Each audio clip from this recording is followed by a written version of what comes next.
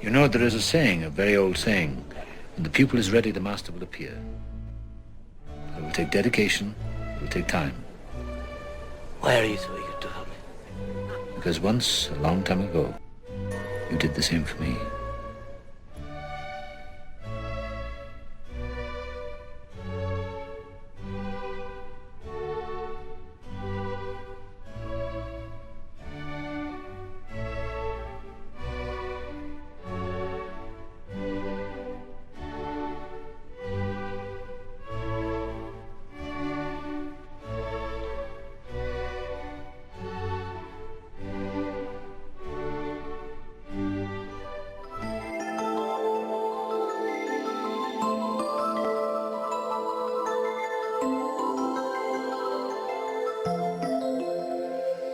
There's a lot in this world that cannot be traditionally explained. Things we don't have answers for that cannot be scientifically proven. But what of that strange sense of knowing? That feeling about something or someone that seems to have no logical basis but later proves to be true. As many as 40 to 50% of Americans believe in extrasensory perception, and the US media is paying attention. From NBC's hit show Medium, about an everyday housewife who just happens to be a police psychic, to reality-based shows like Psychic Detectives or America's Psychic Challenge, where psychics face off in competitions designed to test their abilities in real time.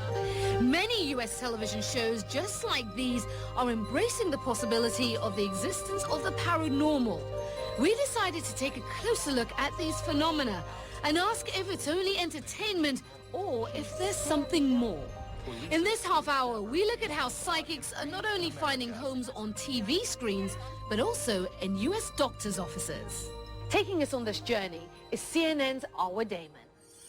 Psychics have been a part of society throughout the centuries, and the very word psychic, for many, conjures up a certain stereotypical image of a sideshow palm reader or a woman cloaked in darkness clutching a crystal ball, or the type of characters portrayed in supernatural films like Poltergeist. They're here. Call me now. Or even the now infamous Miss Cleo, the telephone psychic, who claimed to hail from Jamaica and promised to tell a person their future for a not-so-small price. It's psychic advice. It's these images that modern psychics, also called intuitives, are hoping to change. My name is Lisa Williams, and this is my life among the dead. You may know Lisa Williams from her show on Lifetime, and now broadcast in dozens of countries. Can I tell you that he didn't mean to leave you? And yes, you heard right. She just said she communicates with the dead. What you see is what you get, and I put it into terms that people can relate to. I'm not the airy-fairy psychic. I won't start talking about, oh, all this floaty stuff. I don't. I give it straight. How I work is I tend to hold on to a personal item, whatever it is that you tend to work with. And that will get me into the energy. So, and I will communicate with those who have passed over. My purpose, I believe, is here to help so many other people move into the whole spiritual revolution, to prepare people for their spiritual awakening, which I think we're all going to have, and I think many people have started that journey now. There's a gentleman around you. More out of curiosity, we asked her to demonstrate on me. In your life, but it's like a grandfather figure. Can you relate to that? Williams shot past me and to CNN producer Gina Samra. You have a personal item I can hold on to. Okay, we quickly switched places. There were some hits. Okay, he keeps referring that this happened very suddenly. Can you relate to this? It happened very, very suddenly. Do you have a son? Because he's also acknowledging your son as well. And he feels that he wasn't there for you when you most needed him. He keeps acknowledging this teddy bear that he wants to give to your daughter, okay? And some misses. Who's Cameron?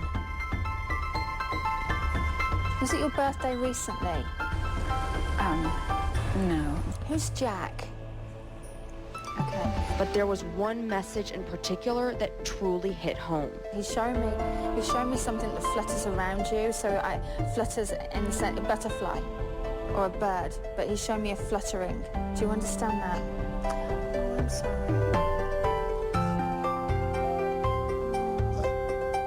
Later, Gina explained to us why that detail confirmed the message was really from her father. Coincidentally, our interview was conducted on the anniversary of his death. And on his birthday, I went to his grave. And the whole way there, I was hearing him look for the butterflies, and I got there, and there were all these butterflies around his grave. Sure, it can be dismissed as a very lucky cold read, but she definitely struck home. But skeptics like Professor Scott Lilienfeld, a psychology professor and author, say events like this have a more logical explanation.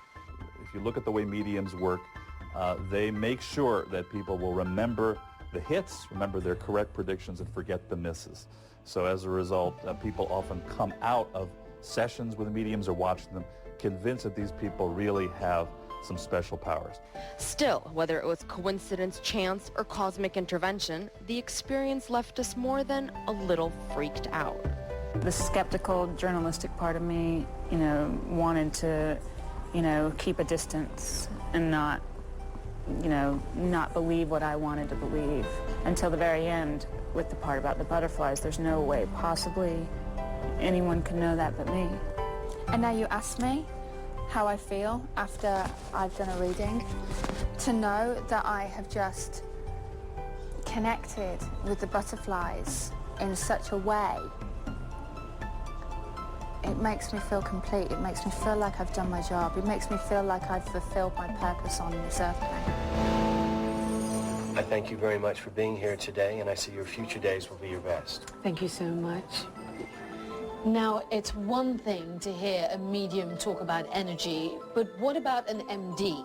When we come back, we'll go beyond entertainment and explore more of that energy connection Williams refers to and find out how it's making its way, believe it or not, into mainstream medicine.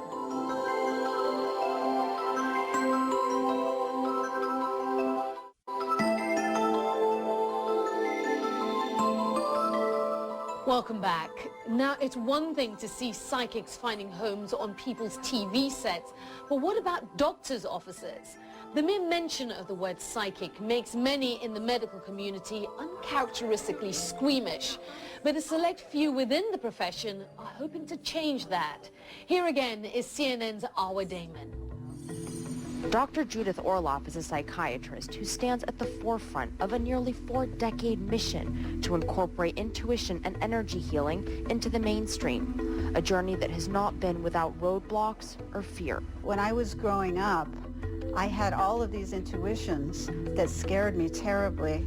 I would predict deaths and illnesses and earthquakes, and this really scared my parents. So when I was about 11 years old, they forbade me to ever talk about my intuitions again at home. So I had to keep them to myself. There was something wrong with me that I wished would go away.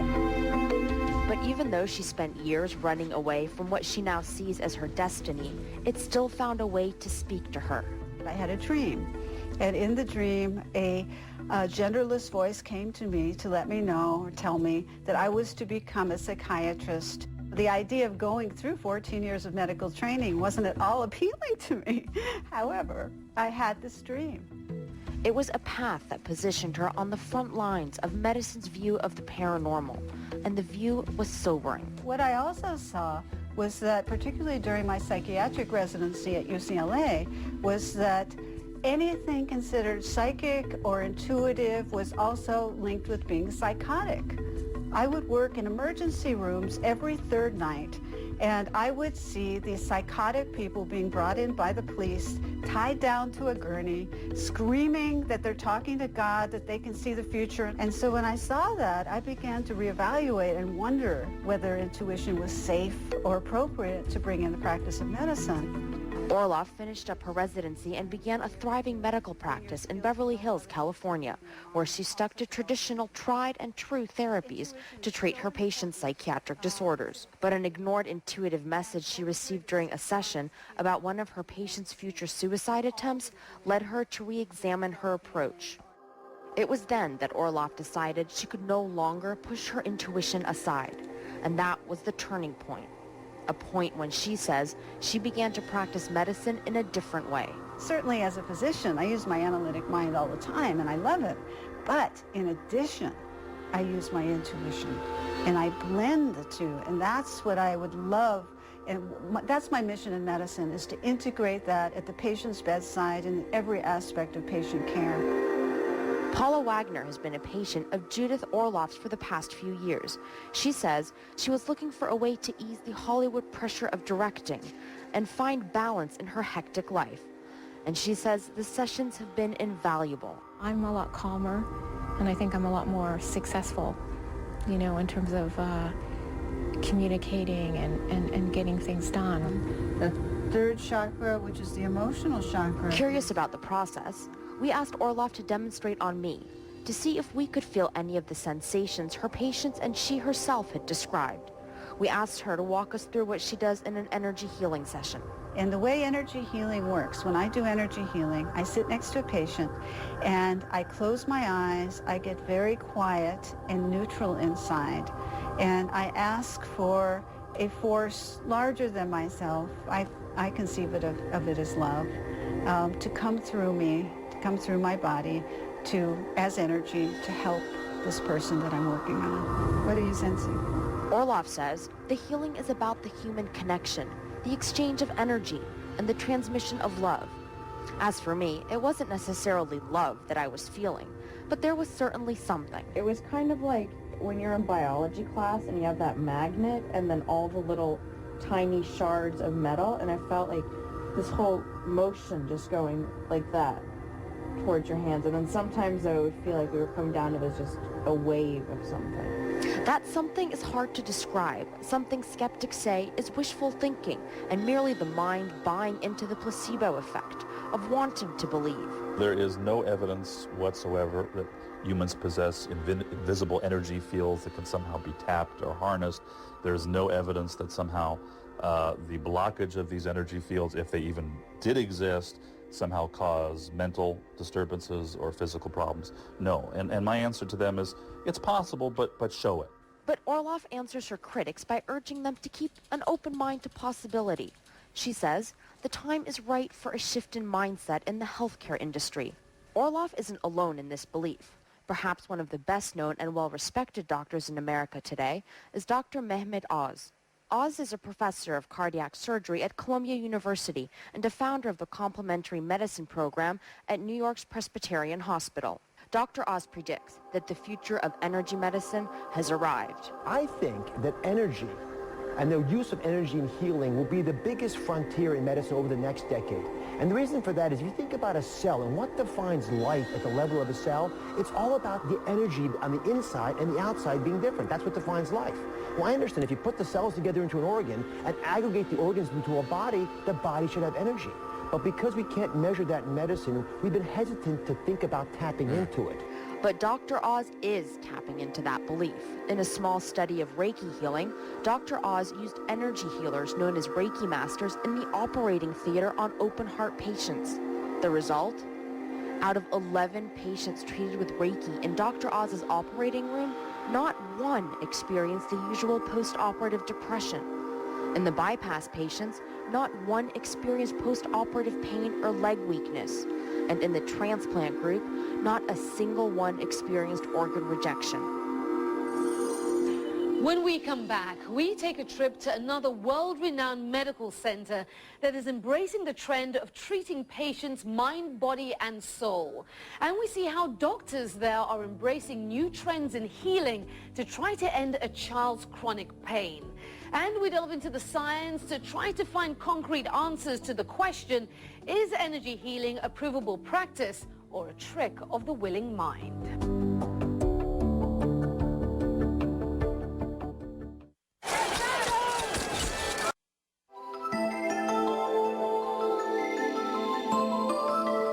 Guys, what can you tell me about rose quartz? Well, the rose quartz represents the positive aspects of loving relationships. And what the rose quartz does, if you carry it with you, it tends to open your heart chakra so that you can attract those positive relationships into your life. Well, we're all always looking for a little bit more love. Thank you, guys. UCLA Medical Center consistently ranks among the top 3 hospitals in the country. For 18 years in a row, it has garnered U.S. News and World Report's prestigious ranking as the best hospital in the Western United States. And it is here that many cutting-edge therapies are being implemented in patient care. The UCLA Pediatric Pain Clinic and director Dr. Lonnie Zetzler work with children who have chronic, debilitating pain. 4, 5, 6, 7, 8. Courtney Kernick is one of those children, a high-achieving 15-year-old diver with a bright future ahead of her and the hopes of one day competing in the Olympics. Courtney had all but seen that dream disappear as pain took over her life. What started as a simple stomach ache became months of debilitating abdominal pain and migraine headaches. The pain was so severe for Courtney that she had become unable to dive at a competitive level. And before, and when they said it, I wasn't really open to anything else alternatively, but my parents kind of told me that I should just give it a try, and I did. Take another huge deep breath. Helping to treat Courtney was Carolyn Coldridge, an energy healer who's on staff at the UCLA Pediatric Clinic. Her path to energy medicine, like Judith Orloff's, was far from direct. I've been a psychotherapist for 12 years. I went to Columbia, and as I was there studying, I was really into spirituality and different types of healing. And I would see a lot of energy. I would get messages from, their guides at times, and messages from their soul, basically. This is what I want to do to heal. And it was these abilities that led Carolyn to become a full-time energy healer. She says the time has come for energy medicine to take its rightful place as a complement to traditional care. People are looking for different answers. The traditional medicine can't keep up with all these different problems. We need to deal with the spirit in a person, and energy healing, Reiki, deals with the spirit.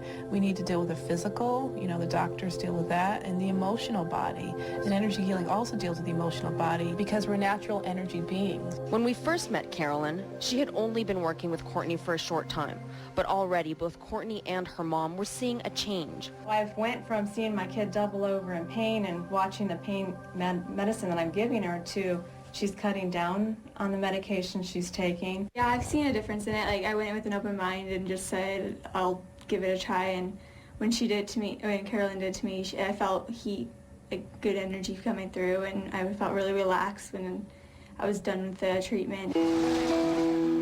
Several months later, we caught up with Courtney and her mom again, and a lot had changed. Courtney had stopped her energy healing sessions with Coldridge because her insurance company would not reimburse the treatment cost. But Diane says she believes the time they did have with Coldridge in the end helped find the answer to Courtney's mysterious illness. With the energy healing, it helped a lot in just dealing with things before we didn't know what was wrong. Carolyn actually kept telling us she felt a blockage when she would do the energy healing. And that was what in my gut told me we needed to still pursue with doctors and try to find out what was wrong instead of listening to the doctors that told us it was all psychological. That persistence paid off. Eventually, doctors found and surgically corrected a congenital defect in Courtney's pancreas. And now, Courtney has returned to the diving platform, free of pain and full of life. I love it. I couldn't do it for a while, and now that I'm back, I'm so happy again. And focused again on the hope of regaining her Olympic dream. Facebook generation aside, energy healing used to be written off as new age, out there, or flaky. But science has a way of changing minds when it proves the unprovable. When we come back, how researchers are looking to breast cancer survivors to do just that.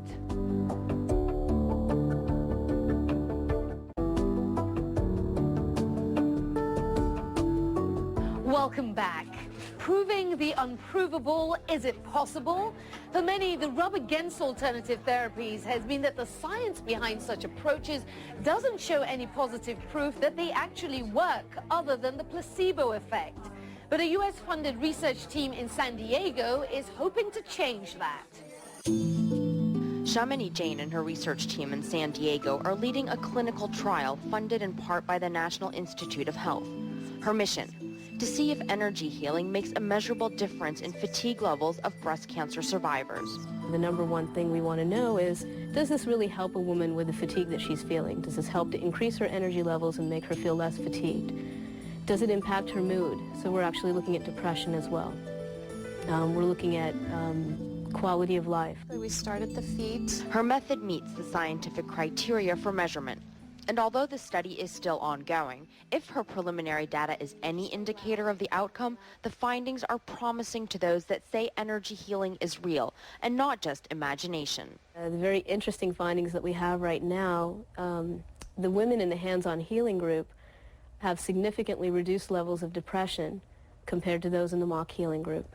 They also have significantly reduced levels of fatigue compared to the mock healing group. But could it be the placebo effect? Chamonix says no. If it were just, what they call the placebo effect or the non-specific effect, then you would expect the two groups to be equal. You would expect that both of them would see reductions in depression and fatigue and, and all those things, but that's not what we're seeing right now. Linda is a breast cancer survivor and participated in the trial. At first, she was part of the control mock healing group, the group that wasn't receiving any energy healing at all. There, she says, she felt relaxation, but little more. Linda wasn't told she was in the control group until after she finished the study. But when she was given real energy healing sessions, she says she felt something extraordinary. I could feel energy being moved in my body, and I could feel resistance in a portion of my body. And afterwards, I asked the practitioner what was going on. And for one of the sessions, she told me that she was getting a message from my mother, and the practitioner knew nothing about me, and that my mother was something to the effect of felt that she hadn't finished her work with me, and my mother recently died, and she was 84 years old, and my mother's the one who took care of me through my breast cancer, and she really did. Her work with me was finished because she saw me through my reconstruction, and she was able to see that I was doing well.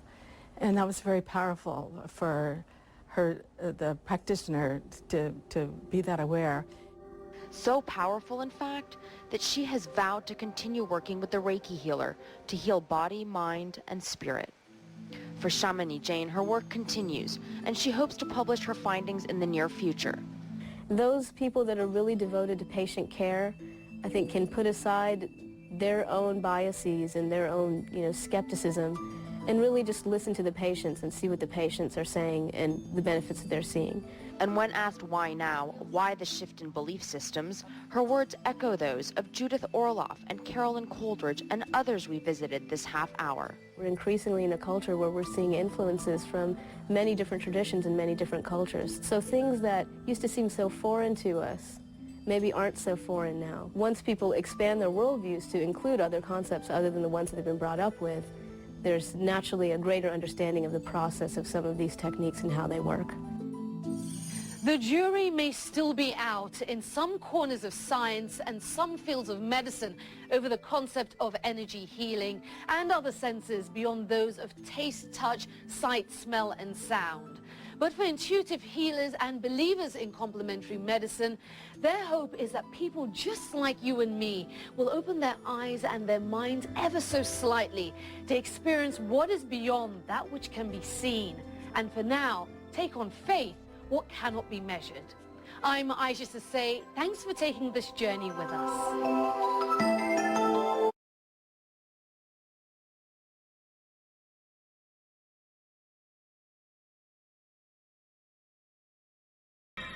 Is not to get the person to die. The goal is to follow nature. This time on Unexplained Mysteries, psychic healers. They have the power to heal with the touch of a hand. I do it because that's what I need to do. I've seen cancerous tumors instantly disappear. Sometimes it was almost like a miracle. In our exclusive case studies, we'll hear the amazing stories of people whose lives have been saved. After one session with him, I was healed forever and ever. Within 2 weeks, seeing was completely clear. I'd seen a miracle. I'd never seen a miracle. The woman who owes her sight to a psychic healer. I can see as a result of my contact with Henry Rucker. The skeptical doctor who gave psychic healing a chance. I said, this is ridiculous. It isn't going to work, but it's probably relatively harmless, so why not? We'll examine the theories. Many healers seem to have had some serious illness in the past. And talk to the scientists who study spiritual healers. There is an actual physiological change that occurs in the patient. I've seen patients who are paralyzed get up and walk. Ultimately, I don't suppose we'll know this side of the grave. With our data files, we'll unlock the mystery and find out if the phenomenon is real or if it's a hoax. I think it's any question that some people seem to have a natural talent or ability to heal others. And we'll give you the final analysis in our UNX report as we uncover what the medical profession doesn't want you to know on Unexplained Mysteries, Psychic Healers. They call it the laying on of hands. Psychic healers that seem to harness some unknown energy to cure disease, injury, and even blindness. It is a practice that dates back to the dawn of civilization. There are parts of the world where these ancient healing rituals are still performed. Shamans cast out what they believe to be evil spirits in elaborate ceremonies, chanting by a ring of fire, dancing to the beat of a tribal drum. Sometimes they are able to make people well. Western society has turned to the ancient ways, embracing such alternative practices as acupuncture, yoga, and massage therapy. Those who use these techniques claim the power of the mind can heal the body. There is an actual physiological change that occurs in the patient who has been treated by laying on of hands, and that occurs within certain blood components. According to this school of thought, the message is, patient, heal thyself. Hippocrates was very deeply involved in this. He said all of illness has an emotional component, and we've discarded this. Chronically ill patients come to tranquil Sedona, Arizona to participate in a variety of healing workshops. By using channeling, vibrational therapy, and crystals, patients like Michael Challam find success where conventional medicine has failed. I've been sick for about 6.5 years, an infection in my blood and liver, my intestines. And I worked with traditional doctors for a while, and I think their understanding of that type of illness is very limited. And actually, I think what I was doing with them was detrimental to my health. And I've had profound experiences with healers, so I know that this is real. At the Manager Foundation, the phenomenon of psychic healing is studied in a clinical environment. What we're really doing, I think, in terms of healing, is teaching people how to mobilize their own internal healing resources. Both positive and negative emotions affect the chemical environment in the body, so every emotion, to some extent, maybe very minor, affects the immune system.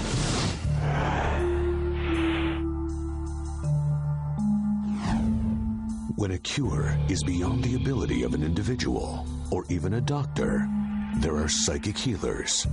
People like Douglas Johnson. I don't even know what it is, but I've seen cancerous tumors instantly disappear. I've seen blind people practically instantly see. Dr. C. Norman Shealy has studied the phenomenon for more than 25 years.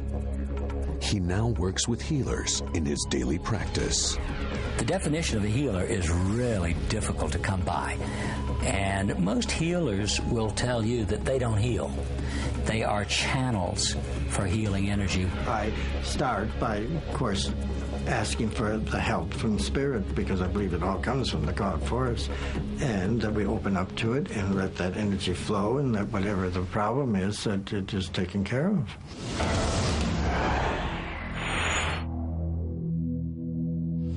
Before I went to Douglas Johnson, I couldn't see from here to where your cars are down here.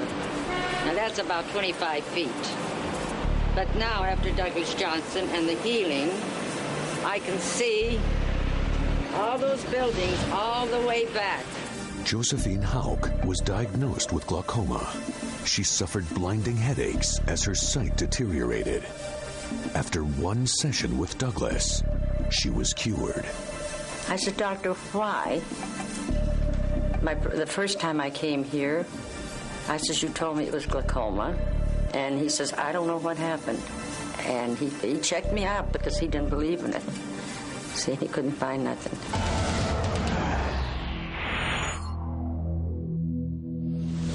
When viewed with a thermal camera, immense heat can be seen emanating from Johnson's palms.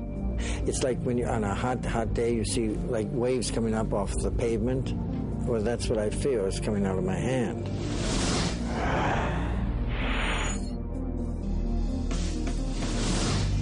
Jeff Boltwood of Glastonbury, England, demonstrates his healing touch. As he does, an aromatic oil emanates from his hands. The camera records this remarkable event in a single unedited shot. All of a sudden, from nowhere, from Jeff's stroking of my hand, was divine oil coming through. And the smell was amazing. The smell filled the room just from Jeff manifesting his oil on my hand.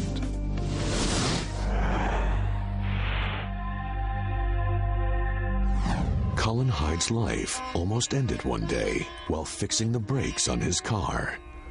The jack failed, and the car landed on his head, crushing his skull. Although he survived, he was left with paralysis, blurry vision, slurred speech, and a cerebral fluid, or CFS, leak. Colin's wife, Jenny, suggested that he see Jeff Boltwood. Within 2 weeks of seeing Jeff, I had no CSF leak. I had no CSF leak. It was completely clear. And I was, wow, something had happened. Something had happened. After a month of treatments, all of Colin's symptoms were gone.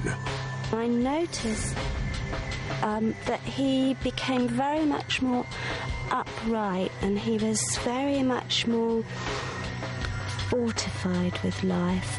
The question of why I have certain gifts, it comes up a great deal. Philosophically, I often say to people there's no such thing as why. I don't ever question it in that way. I do it because that's what I'm here to do.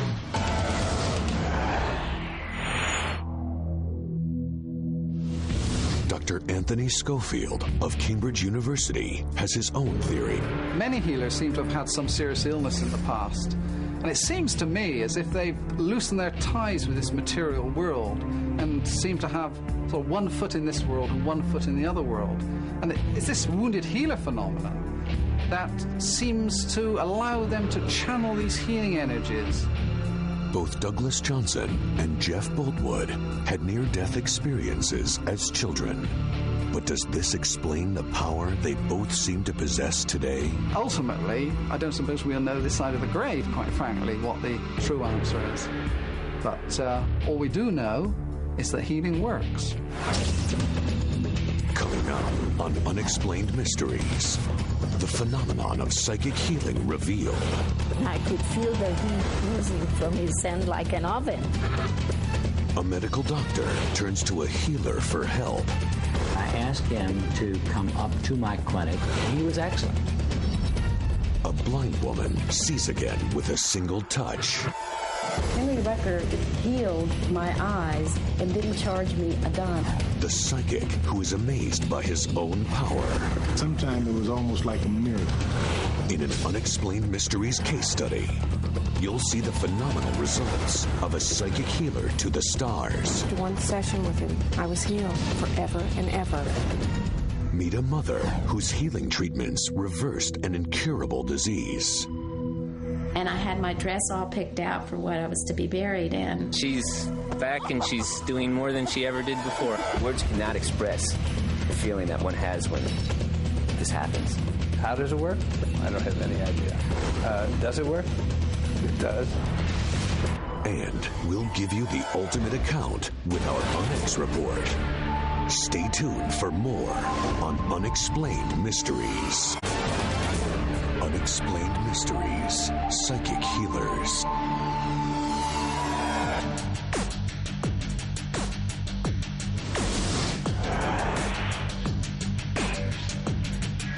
The case of Henry Rucker supports the theory that a near-death experience can bring out healing powers. I went to a hospital at 10 years old for a tonsillectomy. I woke up and I couldn't stay in my body.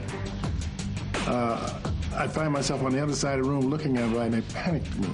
And I thought I was dying or was dead. And I tried my best to stay in my body, and finally I dropped off to sleep. Aisha Grice is also a believer.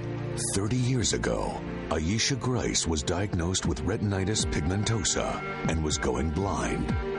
While attending a spiritual retreat, she met Henry Rucker. I got a healing from him and didn't realize it until I went back to the hospital for my regular checkup. So after he worked on me, then the doctors decide that they've made a mistake. I can see and I can drive, and I drive at night as a result of my contact with Henry Rucker. Henry's abilities have even won him the praise of medical professionals. Henry, in 1 or 2 sessions with a patient, can do more than any psychiatrist or psychologist I've ever known in my life could do in weeks or months of therapy. Rucker and Sheely have worked together for more than 20 years. Today, Dr. Sheely gathers scientific data from each session in an attempt to understand why psychic healing works. 3 women suffering from chronic pain are about to undergo a healing with Rucker. Blood is first drawn to measure the hormone DHEA. People with deficiencies in DHEA have all the major illnesses: heart disease, diabetes, depression, you name it. If the DHEA goes up on these patients, any one of them, even 10%, in such a short period of time, I will consider that a near miracle of healing. You have to keep in mind that my thing is a spiritual thing, and that I really don't have a personal control over what happens. Intuitively, I feel very strongly that these 3 people are going to be helped tremendously. Blood is drawn again. The DHEA level is tested by an independent lab. The results are impressive. In each case, the hormone increased substantially. I know of nothing that one could do, especially with a single shot, so to speak, in which you could raise DHEA 100% or 55%. In medicine, if we were to give a drug and get this kind of response, it would be a miracle. I see this as a healing ministry. In my ministry, most of the people that I have sought to help have truly been helped, whether it be emotionally, whether it be a cessation of pain, and sometimes it was almost like a miracle. Henry Rucker healed my eyes and didn't charge me a dime. I didn't get a bill in the mail. I got hugs and kisses when I told him that it worked.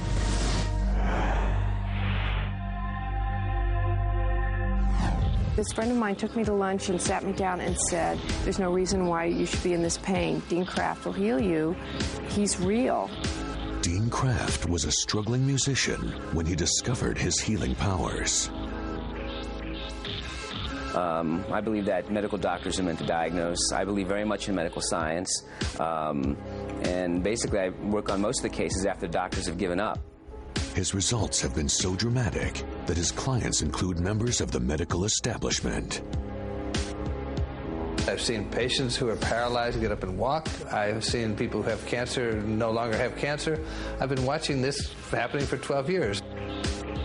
Kraft's talent has been studied by dozens of respected institutions. In one study, he lowered the blood pressure of rats. In another, he destroyed cancer cells in a research lab. And Howard University documented a 40% success rate with his patients. But even he doesn't fully understand why he can heal. We know that it can affect things, but we haven't been able yet to determine what is this energy. You know, energy is a very loose word. I don't even like the word energy. You know, it's a very loose word that's used. But it's the best one, I guess, to describe something that's some type of transference that's taking place. Kraft's reputation has also made him one of the most sought-after healers in Hollywood. I I had very bad sciatica for about a year and a half. I was seeing a chiropractor constantly, and that would alleviate the pain for about an hour, and then it would just slowly come back during the day. And I was basically in tears most of the time, and my quality of life was nil. Then I went to see Dean, and I remember thinking, well, is this going to work? And after one session with him, I was healed forever and ever.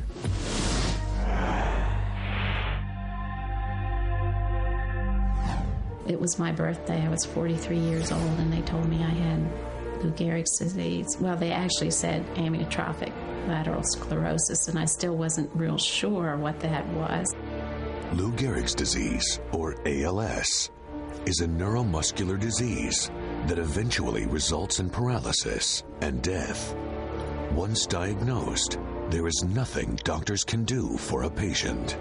She just kept getting progressively worse, and I guess from the time she was diagnosed until she was basically an invalid was only about 6 months or something. Nelda lost the ability to move her arms and legs. Confined to a wheelchair, she prepared for the worst. I gave away most of my good clothing that I had, and I had my dress all picked out for what I was to be buried in. Then, a friend told her about Dean Kraft. And it was just such a relief to talk to him. I said that the doctors say there's no hope, and he said, that's not always true. Dean worked with Nelda for 3 months with no improvement. Then, something happened. In May, Glenn was showering me and I could move my toe, and that was so exciting. Slowly, Nelda's recovery continued. Movement returned to her hands, then her back, and finally her arms and legs. Kraft continued his treatments as Nelda began her own regimen of physical therapy. Within a year, her recovery was complete. It's wonderful to see her and her family being together and enjoying life together. Words cannot express the feeling that one has when this happens. Okay. How's that? Everything has changed. She's back and she's doing more than she ever did before. I mean, it's great to have a mother. It really is.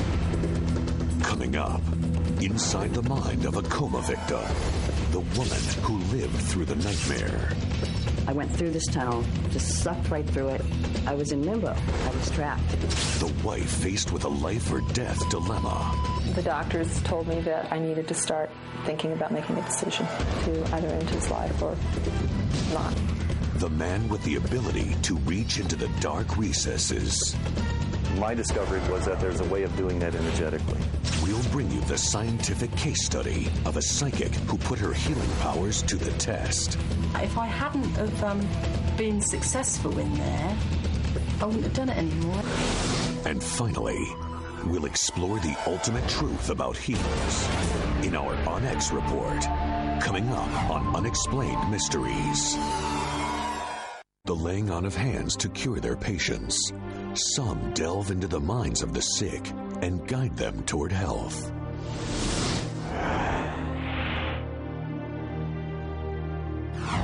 Peter Pilgrave, a TV news helicopter pilot, went out for what he thought would be a routine maintenance flight.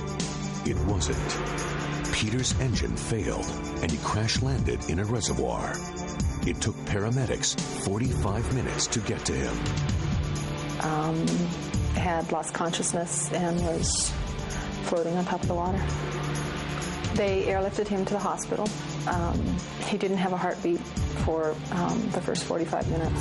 When we got to the hospital, he went into surgery, and the doctors came out and told me that he'd been clinically dead, and he made it through the surgery and was in a deep coma. In an instant, everything changed for this Denver family. Peter's wife and 5 children prayed for a miracle. With the help of life support, Peter barely hung on. The doctors told me that with the results of the EEG that the prognosis was getting worse and that I needed to start thinking about making a decision to either end his life or not. Desperate, Karen Quinn was open to anything or anyone who could help. She contacted psychic Roger Laborde. who had successfully worked on 4 similar cases. I can't explain to you just exactly what I do, because in the 4 separate cases that I've worked with, they've all been different. Roger Laborde is an unusual healer. He claims to have the ability to communicate with coma victims and guide them back. When you have someone who is not able to move and someone who's not able to speak, and their focus of attention is elsewhere, to communicate with them, you have to be creative. You have to figure out some other way to communicate with them. My discovery was that there's a way of doing that energetically. Roger put his hands on Peter and Peter's arm, and I laid my hand on his other arm. And all of a sudden, I got this really strange sensation of sort of electricity in my stomach, and I just thought, I can't deal with this right now. I can't. And so I said, well, I'm going to leave you alone, and I'm going to go back and try and get some sleep. I sat in the room for 4 hours, doing my best to blank my mind. What came to me was to go over and to start talking to Peter about walking through a field of flowers. And I described to him what the flowers looked like, the smells. I described the surroundings, and then I said to him, I said, you know, Peter, when you're walking through a field of flowers, you have to move your feet. And that's when he began to move his feet under the sheet. This small sign was just what Karen needed to believe that all hope was not lost. The doctor came in that night and asked me if I'd made a decision. And I said, well, Peter's made a decision, and I think he's coming back.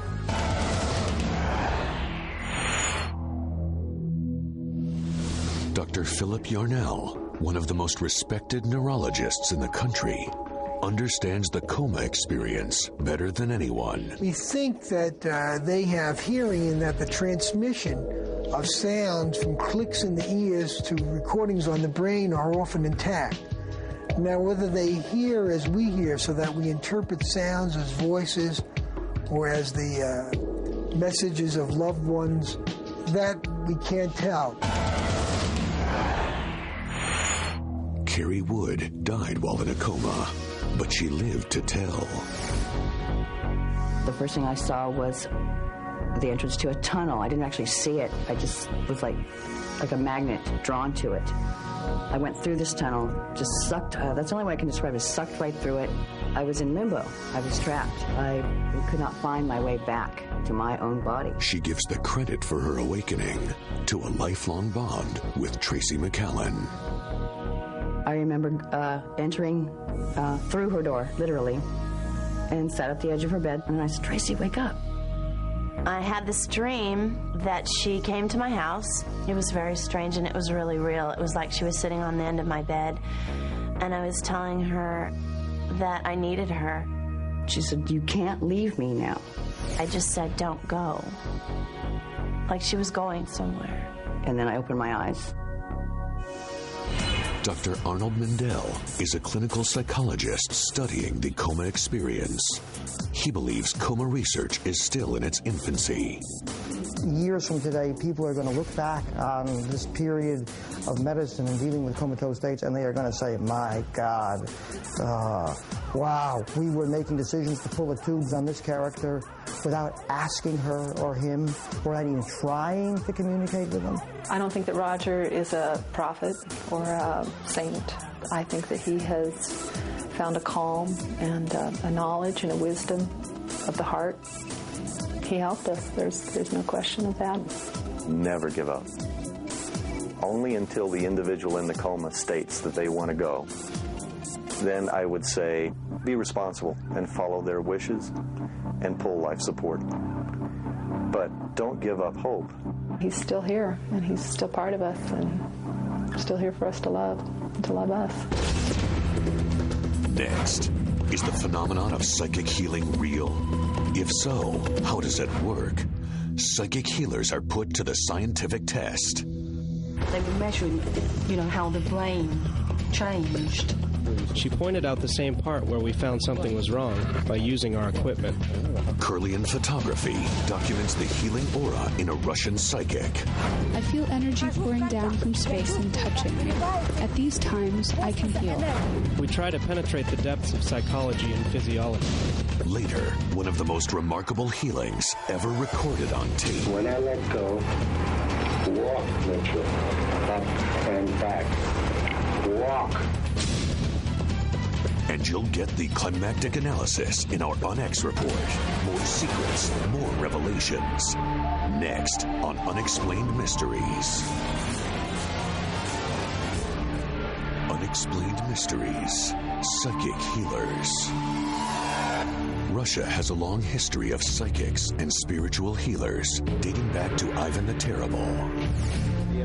Many powerful people secretly asked for advice and used it, like Stalin. Brezhnev himself was treated by a psychic healer. There have always been a lot of psychics in Russia. Psychics are an accepted part of Russian culture. They are everywhere, working alongside the traditional medical establishment. Since I was born, I have always known that I can raise the dead, heal, and solve problems that people have on Earth. When I meditate, I connect with my own spirit first, and then with the spirit of the Heavenly Father, the Cosmic Father with the cosmic reason. I feel energy pouring down from space and touching me. At these times, I can heal.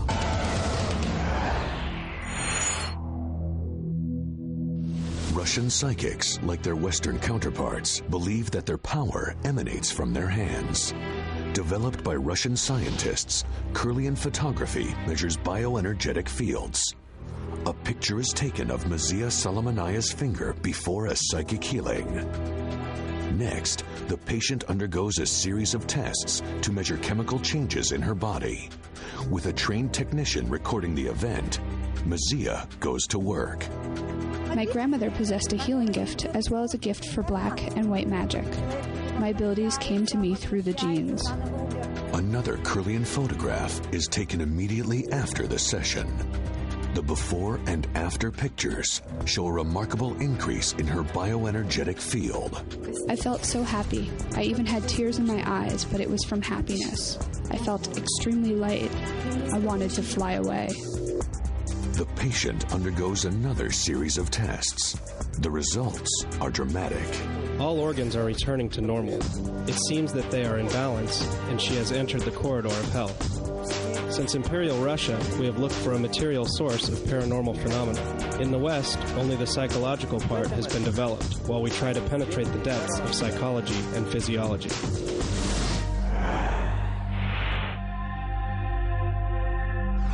Crediton, England, Carol Everett is a renowned psychic and spiritual healer. When I first started having experiences that I now realise now were unusual, I was about 7. I sort of used to have this strange sensation, and then I'd feel like I was going down this tunnel. And at the bottom of the tunnel, there was always, a light, really, really bright. And there was all these faces, and they were all friendly, and they were really a nice feeling. Working out of a small office in her home, Carol claims that she is able to diagnose and cure a variety of ailments. Her greatest success has been healing tumors and cysts. I don't think I'll bother with this side, with the right-hand side. I did that last time, didn't I? Yes. Yeah, well, I think I'll go with this side, all right? And see what, see if anything comes up different there. Carol is an empath, a person able to feel and absorb the pain of others. In fact, I was getting a little bit worried about it at one time, because I thought I might decombust one day, taking on all these, conditions. Sometimes it's like as if they say, it's going now. And I think, yeah, and I know where it's going. To better understand her power, Carol agreed to participate in a study at the Tokyo Denkei University. Professor Yoshio Machi oversees the experiment. First, she said she would know what was wrong with the patient at a glance. We wanted to know if she could treat the patient, and she said, okay. They put this, what looked like a hairnet on my head, and wired it all up. They had all these loads and loads of machines with my brain, picture of my brain on the screen. They were measuring, how the brain changed. And there was no activity in the left-hand side of the brain. This is an alpha wave, and this is a beta wave. These were examined when she was diagnosing. At this moment, Carol's right brain became very active. She knew what was wrong instantly. A thermal camera records fluctuations in the body temperature of a female patient as Carol successfully diagnoses an ovarian tumor. She pointed out the same part where we found something was wrong by using our equipment. What happened next surprised Dr. Marchi and his staff. With a team of scientists watching, Carol reduced the size of the tumor in less than 8 minutes. To have it scientifically tested and see exactly all the things that you felt and the way that you change yourself, really, I felt quite, pleased with it. And not only that, if I hadn't have been successful in there, I wouldn't have done it anymore anyway. Next on Unexplained Mysteries, a devastating car accident changes a young man's life. It never even occurred to me that he would be able to walk or use those legs again. You'll hear from a frantic mother willing to do anything to save her son. I was very skeptical, but I was desperate at that point. The doctor who had to put his skepticism aside. I said, this is ridiculous. It isn't going to work, but it's probably relatively harmless, so why not? You'll witness his shocking recovery with your own eyes. Now I'm going to let go. Walk. Walk, Mitchell. When I first saw him take his first steps, I passed out. And finally, we'll put all the evidence together in our UNX report on Unexplained Mysteries.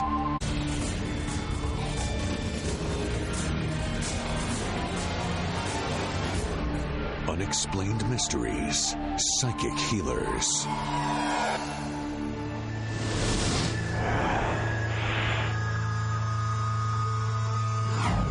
A car accident on a deserted stretch of Alabama highway. The driver, 20-year-old Mitchell May. When the paramedics got there, they thought that I was dead, and it took them about 45 minutes to cut me out of the car. From what I've been told, I had about 40 fractures, and I had a couple of inches of bone actually ripped out of my leg. I had the nerves completely severed. It really looked to me like a pride of lions had been chewing on his legs, and they said, we've had enough. And I didn't have any doubts. I just said, amputate if you need to. I mean, it never even occurred to me that he would be able to walk or use those legs again. Just barely hanging on to life, Mitchell was flown back home to Los Angeles. His family checked him into UCLA Medical Center. Most of the skin from just below the knee down to the ankle was gone. And there was just bare bone hanging out with no muscle or skin over it. And it was incredibly painful. And the only way I knew to get rid of his pain was to amputate his leg. He's saying to me, Mitchell, you are not going to walk on your legs again. That's just how it's going to be. And inside of me, a voice is saying, well, we'll see. We'll see. While it seemed to be his only hope, Mitchell would not let doctors amputate. He held on through bone infections, kidney and liver damage, and reactions from the heavy pain medication he was taking. But Mitchell wouldn't give up. I never said go ahead and amputate, but I got this close to it. And it was because I was scared. I was scared of having to live with that pain the rest of my life. I knew I couldn't. In a final attempt to bring relief to her son, Lorraine May contacted hypnotist and psychic healer Jack Gray. I was very skeptical, but I was desperate at that point. I said, this is ridiculous. It isn't going to work, but it's probably relatively harmless, so why not? He was trained in helping people with pain and healing people, but he was not a doctor. I had already, and Mitchell doesn't even know this until now, I had already scheduled his surgery to amputate his leg. I expected some guy in a purple cape to come, strolling in with a magic wand or something. And he came in the room, a totally ordinary looking man. And there wasn't anything that he said that anybody would call mumbo-jumbo. There weren't any magic words. There wasn't anything that wasn't just almost plain good sense. And he looks at me and he says, Mitchell, we can heal your leg. You have whatever you need already in you. It's born in everyone. We're just going to wake it up. I saw Mitchell for the first time get hope. Gray employed the laying on of hands, hypnosis, and visualization therapy. Within a few months, Mitchell dramatically improved. Bones started to grow where they said it couldn't grow. Skin started to regenerate where they said that can't be happening. Nerve function started to happen again, and they're saying, but, you know, that's not supposed to be able to happen. Again, this took time. I was in the hospital for a year. I was in a wheelchair for a couple of years. I was in metal braces, and each step of the way, the doctors were saying, this is incredible, but this is as far as you're going to get. The healing process continued, with Gray concentrating all his powers on Mitchell's legs. Although doctors said it wasn't possible, Gray believed that one day Mitchell would walk. Tell yourself, I can walk. Recall how you used to. Now I'm going to let go. When I let go, walk, Mitchell, up and back. Walk. Walk, Mitchell, without crutches. When I first saw him take his first steps, I passed out. I mean, I fainted. I'd seen a miracle. I had never seen a miracle. All I know is that something happened after the faith healer came and nothing had happened before. As a scientist, I have to conclude that the faith healer made Mitchell well, not me. It's been a long journey from that Alabama highway to the mountains of Utah, but Mitchell May has cherished every step. I race walk every day. I dance every day. I stretch every day. I can run. I hike for miles. I feel so lucky to be alive. Jack gave me part of himself. I definitely, I owe my life to him.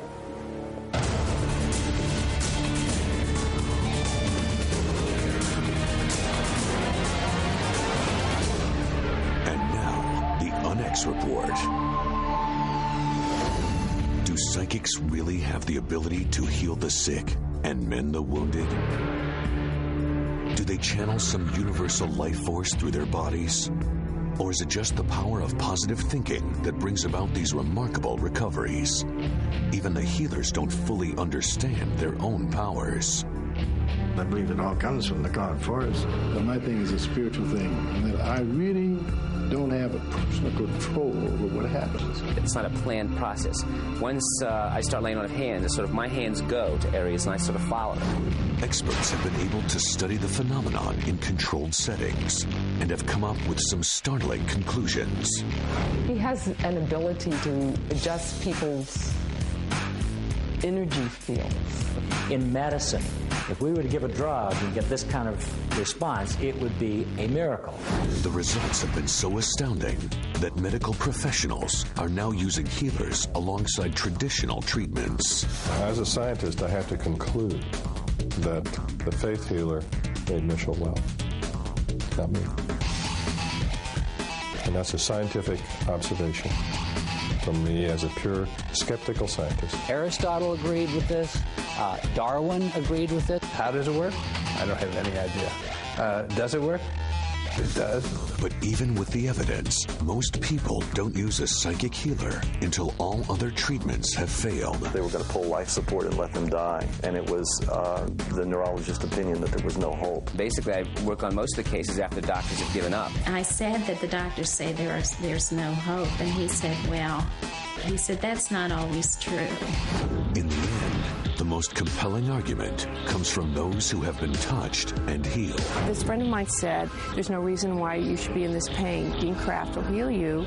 He's real. He looks at me and he says, Mitchell, we can heal your leg.